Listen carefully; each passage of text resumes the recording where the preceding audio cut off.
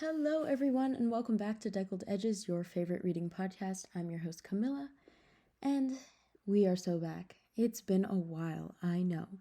It's been almost a month, and the reason for this drought has been a incredible, insurmountable workload that has not quite passed yet, but spring break is creeping up on us, and I thought that today is the day of my comeback. Now, today we have a really, really exciting episode. I think that this is a different genre than I have previously dabbled in on here out of the 3 books, I know. But trust me, this one's different. And I just have a lot to say about this. And by that, I mean that we are talking about White Nights by Fyodor Dostoevsky. Now, this is a really interesting book. It's slim.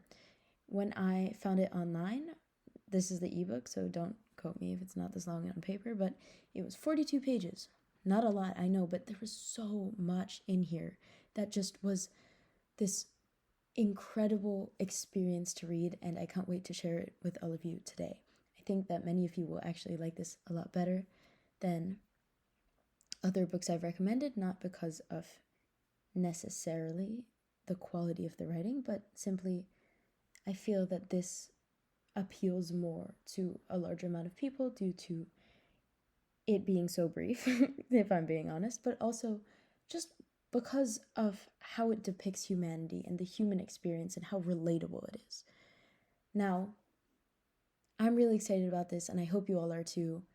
I know it's been a while, so in case you're new here, in case you don't remember, sit back, relax, do whatever it is you're doing, and let's talk about books. Now, the interesting thing about this book is that it takes place over the course of 4 nights, and it is split into 4 parts, each of which has a respective night. And each of these nights depict the story and the encounters of a man, a dreamer, and a girl named Nastenka. Now, something about this is just beautifully executed, and Dostoevsky, through this work, really breathes life into this, in my opinion, underexplored archetype of the dreamer. He characterizes someone who dreams and someone whose only importance in life, his main trait, is to dream, is to live in that headspace and to bleed it into his reality, to have those dreams be his reality.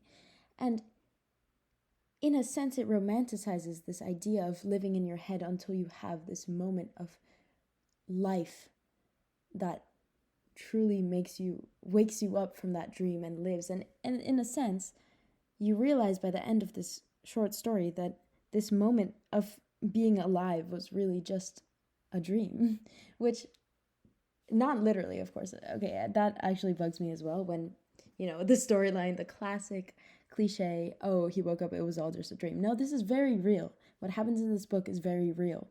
But you have to understand that the main character, we never get his name, but the main character, we go through him, we feel with him, we understand him deeply, and more so deeply because we know, we relate to him, we relate to his dreams, to him being a dreamer. Because that archetype, that person, those characteristics live within all of us. It's just of varying degrees. This is the jock, this is the nerd, this is the goth, this is the person who has one main trait that overtakes their whole personality, and yet in this case it seems human, because every one of us is a dreamer, but not every one of us is a jock, a nerd, a goth. That's not how life works. But this inherent trait of our lives is presented to us in the form of a character, and it's painful. It's heart-shattering, heartbreaking to read. But boy, does this book make you feel alive, and it really, really does. I recommend everyone read it. I think that if you want to read it either before or after this podcast, you're going to love it. Trust me, it takes maybe an hour, maybe 2. Sit down, read it, enjoy it, and then come back. Or after this, go, sit down, read it. I promise you won't regret it. It's a very, very worth it read. And I don't think I could get through this review this podcast without including quotes. So throughout this, one of the rare occasions where I will be quoting directly from the book, then explaining to you my thoughts. We begin on the first night. We begin with first-person narration with a direct reference to the reader, and this first paragraph, this first section, is a celebration of youth in and of itself. This is what draws you into the book. You realize what kind of book it's about to be. You realize the setting, it introduces you to the setting of St. Petersburg in Russia, but it's a commentary on the strangeness of subtle familiarity, a parallel experience of observance from a distance by both men simultaneously. We're talking, I'm referencing the narrator himself and this other man that he occasionally runs into. And we're introduced from the start to the fact that he's a loner, that he's often in his head, often walking alone, and from this he draws his fulfillment. And yet we know he's a lonely person, but it describes this interaction between him and an old man, and he describes this as almost striking up a friendship of someone he sees every single day. But this is the part where you're really introduced to the fact that he's a dreamer, that he's never spoken a word to this man. Sometimes he makes eye contact, and to him that's enough to form this parasocial relationship in his head, and they both observe each other and nothing more, and yet he feels as if they have a connection. So this is the kind of person that he is. We continue. He begins to describe the houses. We know the narrator, is characterized as observant. He notices the minutiae. He's self-aware of his own despondence and feelings of loneliness, but he's unwilling to ever take action to combat it. He's content with forming these, like I said, parasocial observations and connection, but he feels empty at their lack. He feels empty at the lack of any real connection, and yet he would never do anything to ignite a spark that would bring life to his inner dream world. And yet, that is how he goes through life. And, the second paragraph even, he describes his experience speaking with houses, never forgetting his incidents with a very pretty little house of a light pink color, such a charming little brick house. And, he personifies them because this is the way in which he views the world, through this dream lens of observation and parasocial connection with items and people. He treats them the same. And, we know he's amicable and shy, and we meet his housekeeper, Matrona. Continues on with descriptions, and by the end of this sort of introductory part of the first night section, we realize that the beginning of the story introduces to the reader a deep appreciation for intimate description beyond hearing the thoughts of the narrator. We see his thoughts. It feels like a window into my head if I were someone different. Like, it feels like we are in this person's head. We see all the observations that I personally make on a day-to-day basis, all the noticing the thread of a bedspread, or the shadow that a chair casts on a wall, these little things that are never introduced to you in narration because it would be too wordy, it would be too much, too overwhelming, when we instead could just know the relevant thoughts. But instead, in this book, the reader is presented with truly everything, truly the minutiae of what happens in someone's mind through the lens of someone very observant, someone who spends so much time in there that, we have to as well. That's the only thing he knows. And, it's the same jumble of observations, rapid-paced, all at once, all-encompassing observation that is steeped in eloquent prose that makes it enjoyable to read, and that makes the introductory part of the story so compelling, despite nothing truly having happened yet. But this context is so poignant, it's so interesting, that I love it. All right, so we continue past this introduction, and we finally get to the crux of this entire story. We get to the meet cute. We get to, well, it's not very cute, honestly. She's standing on a bridge crying, but there's this whole situation in which the narrator is, in his observant manner, he's taken aback. He walks past this girl on a bridge, and she's crying, and he doesn't understand at first, but, we read, his heart fluttered like a captured bird, and all at once a chance came to his aid, So to him, he meets this girl and he regards her as he does many other things. A possibility that he will never have an opportunity to seize because he would not take action of his own volition. But essentially what happens is he's forced into action. Well, it's not a happy scenario, but obviously, she's harassed by a man and he has to swoop in and save her in this whole white knight scenario. See what I did there? White knights. Yeah. We know I'm a genius. No, I'm kidding. But yeah, so this opportunity is essentially shoved into his lap so that even a dreamer such as he is forced to acknowledge it. He has to understand that this is his this is his opportunity to, at least for a moment, have a connection with someone that exists beyond the parasocial confines of his brain. And so he continues, and they strike conversation. And obviously, at first she's shaken, she's a little bit traumatized, but the connection happens so rapidly. It's such a rapid progression from from not knowing, from her crying, to them being able to have a conversation and truly meet each other. And they do discuss in this book, for some reason she does not view him to be a bad person, and he is not as shy and taken aback. I mean, obviously he is, but they're able to have that easy conversation, even if it is a little bit guarded at first, that takes you by surprise once you understand who these characters are.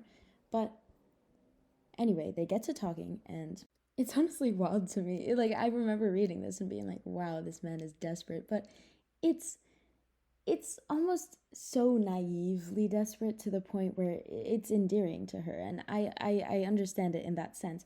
But the first things he's saying to her are his chances, and he immediately jumps into talking about how he's never interacted with a woman. He has no opportunity and he's no way of doing so. And, even she acknowledges it. She says, "Don't be vexed. I am only laughing at your being your own enemy. If you had tried, you would have succeeded." And so this is what Nastenka says to him. And this struck me because it is true. But it is just so hilariously human, this awkwardness, this shooting yourself in the own foot, so to speak. She knows that, she acknowledges that he's not even an ugly person. He just gets in his head so much. It's this dreamer that Dostoevsky keeps enforcing to us, that this man's only obstacles are his own self. And this is what she makes clear to him, even if her affections aren't returned, which we will see later. And that's what makes this so painful, because for reasons we'll get into that later. I'm getting ahead of myself. But anyway, he does come off as quite desperate in this first bit. But once you spend time with these characters, either it becomes endearing or it doesn't, but you do begin to understand the pure humanity and relate to it a bit. So that is, in my opinion, done really well, because these characters can quickly become hateable, and you might not even like them when it ends, but it's human, and that is what the most impactful thing about this is. Now, the pinnacle, I believe, of this first night comes at the end, at the end of this part, where she says, "But mind you, will come on the condition," before I get into that, they agree to meet again the following day. Now, this is important because obviously it sets up the premise of the book, but she says, "But mind you, will come on the condition. In the first place, only be good, do what I ask, you see. I speak frankly. You won't fall in love with me. That's impossible, I assure you. I am ready for friendship. Here's my hand. But you mustn't fall in love with me, I beg you." Now, this is an interesting dynamic because she sets up from the beginning that he shouldn't fall in love, but that is clearly what's going to happen. So it's this automatic friend zone, in a sense, that sets his mind dreaming. Obviously, he was always interested, but Dostoevsky characterizes this trait of the dreamer.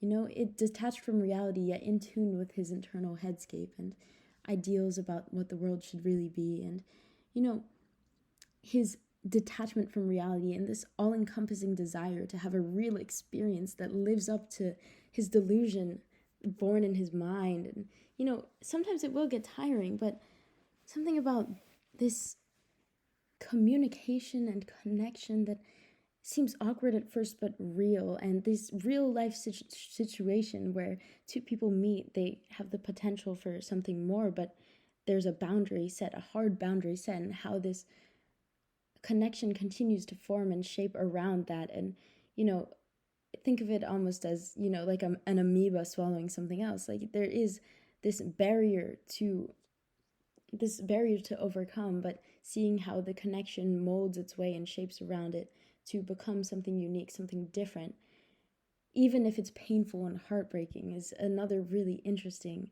and human thing that is discussed in this book. So now we know that they're going to meet again, and they do, and the condition that's set is that he shouldn't fall in love with her. And another thing that's said that's important here is that Nastenka says that he's an exception, that he knows her as she knows him, as if they had been friends for 20 years, that he won't deceive him, that she says, "You won't deceive me, will you?" So they clearly both feel that they have a connection, that they've hit it off as friends. But what makes this book so heartbreaking is this exploration of what that thing that's too large for them to hold, this space between them, means. So we continue on to the second night. Oh, and one final thing before we move on, because I feel like this first night is really important overall. He says, and I think this is reiterated many times over this novel, but this one snippet really pinpoints that. He says, "In 2 minutes, you have made me happy forever." This is important because, like I've been saying, he lives in his head constantly. He lives in this dream state of going through life and sustaining himself off of observations and ideas and imagination that he builds up from those little observations with a lack of very real connection. So to him, these 2 minutes, these maybe 15-minute conversation, 20 minutes, I don't know, however long interaction has cued him in as to what real life potentially has to offer, and has taken him momentarily outside of this dream world that he's stuck in. Now, this book is so human. I really rarely come across a piece of literature that is human to its core. It is the barest and truest form of humanity in a sense. And this second night, we are taken into a different aspect of humanity. The first one was this passionate meeting of two people who form a connection and immediately start talking, this giddiness that I can relate to as a person, and I know many others can, of just being caught up in a moment without reservation or care. It's beautiful, it's interesting, it happens all at once, but you don't have time to stop and think logically about connection. But now they've been given time, but they also have set up a second meeting, and this second meeting is often different from the first in that clearer things are established. The fog of this impassioned meeting has cleared away, and now they approach each other as tentative friends, as conditional friends, as friends who will feel each other out and understand who they are before they decide whether or not to terminate contact after this point. This is the crux of their future. It could go in different paths at this point, whether or not they decide to continue speaking, because, they had just come out of meeting in a very odd and all of a sudden way. And now they're here, she says, I know, but to business. Do you know why I have come? Not to talk nonsense as I did yesterday. I tell you what, we must behave more sensibly in the future. I thought a great deal about it last night. Now this shows self-awareness. An example of the endearing immaturity of, being caught up in an unexpected and exciting moment, as I said, but then that come down, that realization of the other shoe falling, of needing to think logically. So they go into talking about their history.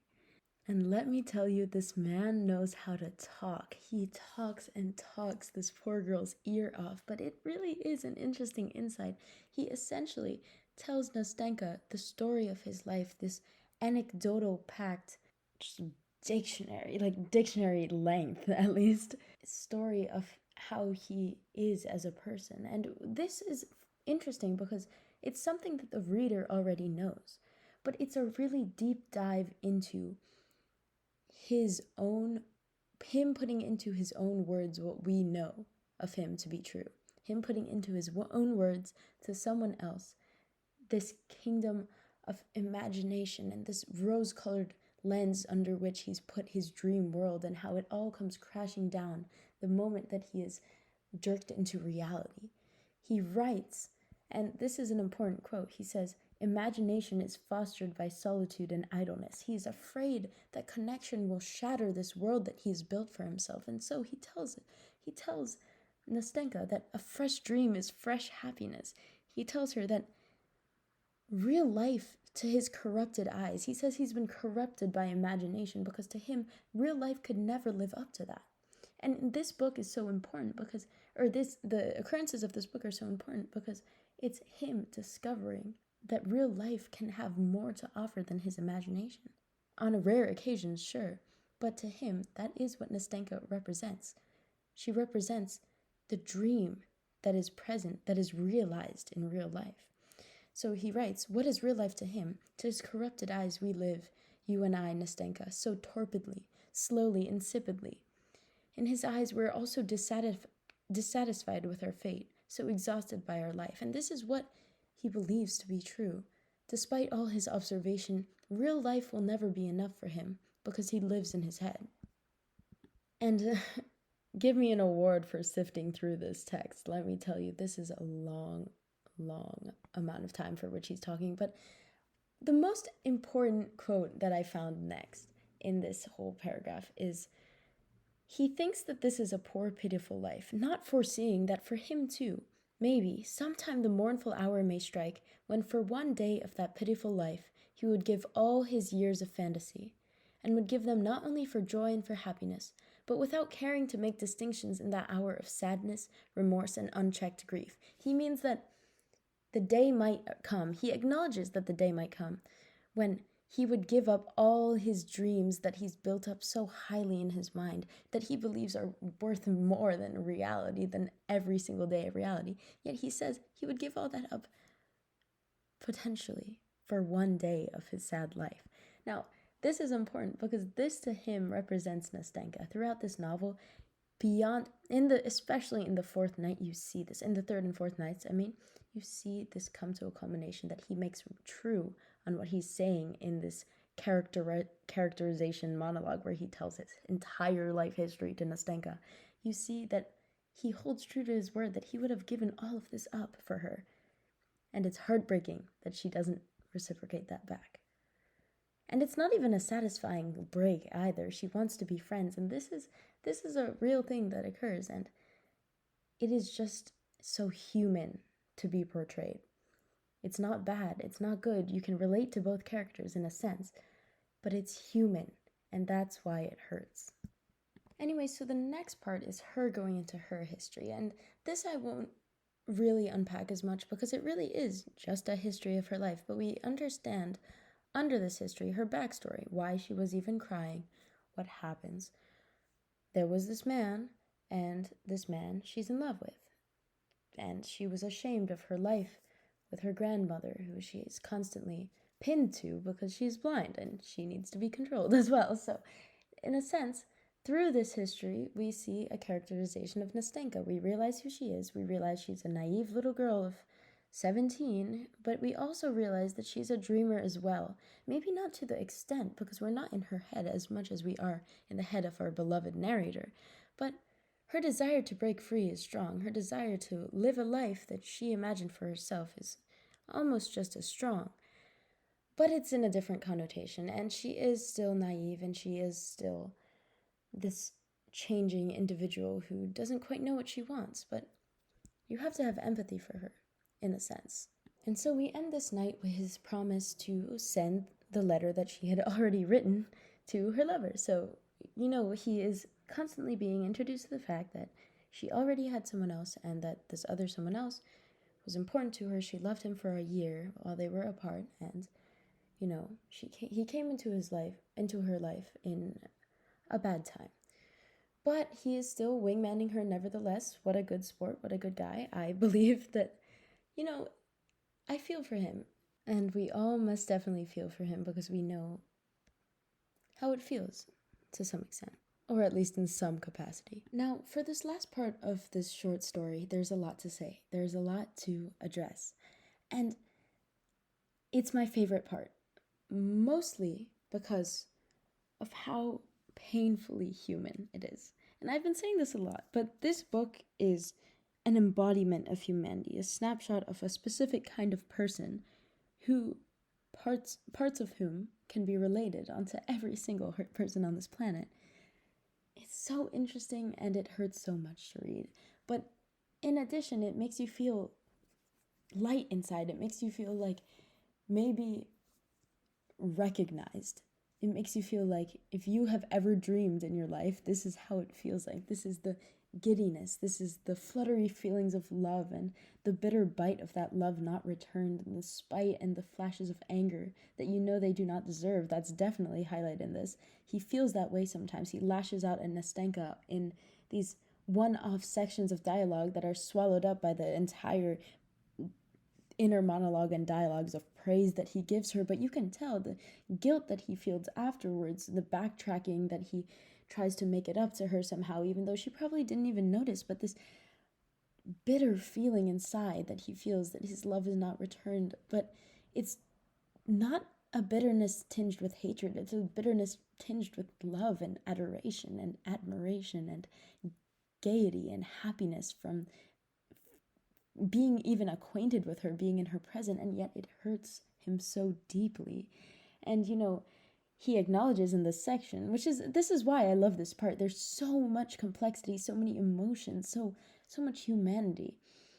Anyway, like I was saying, she flirts back sometimes in this part, and you understand it's this flirting back of someone who is not interested in the slightest, but tells you that they could be interested, that in other circumstances they would be interested, but they're not. And you understand that this is how the narrator feels, and he has this intense desire to preserve this fiery connection, the one true connection that he has maybe had in his entire life, and this duality that he battles with, his incredibly overwhelming desire to keep her close and to never let go of her, and to not let her get too far, that overshadows his dismay that he feels at not having his love returned. He would give up that chance that he has of her to love her. He would put everything aside and run away with her if he could, if given the opportunity, which is what you see happen a little bit. And that leaves his heart open and fragile and painful. The depth of these feelings that Dostoevsky portrays are unmatched, and they're portrayed with eloquence and grace. But I get ahead of myself, because then she says, "I was thinking about you," she said after a minute's silence. "You are so kind that I should be a stone if I did not feel it. Do you know what has occurred to me now? I was comparing you two. Why isn't he you? Why isn't he like you? He's not as good as you, though I love him more than you." Heartbreaking. It's a culmination of every feeling that you as a reader have felt alongside our nameless protagonist. We have gone inside his head from the very beginning. We have known him as we have likely known no other protagonist before, and yet this alternate reality dances before his eyes, but dances before our eyes. But we realize that the dreamer's dreams are destined to remain dreams. And this is when the reader grasps, even before the protagonist, because that happens a bit later, we grasp at this point that it will never occur, that they will not have that happy ending for them. Because she doesn't know what she wants, and when she does, she still doesn't. And it will never happen between them because she will always be comparing the two, and she will always hold her lover in higher regard, even if he is a better person and she knows it, or even if he's not a better person and she knows it. That love will never be solely focused on our protagonist, even if it is directed in his direction. It will always be a reflection off of someone else's mirror. And we know that Nastenka gives constant reminders to him that he's different. The pain of being different and so utterly interesting in their eyes is just so well portrayed here. He is shown through Dostoevsky's writing, that he is interesting to her. He is someone that could be loved, but there's something missing. There's a nameless something that leaves him not quite good enough for her. And it would never be good enough, no matter how good he was to her. And you know this through the writing. And, he says, I thought that you somehow, quite apart from me, had ceased to love him.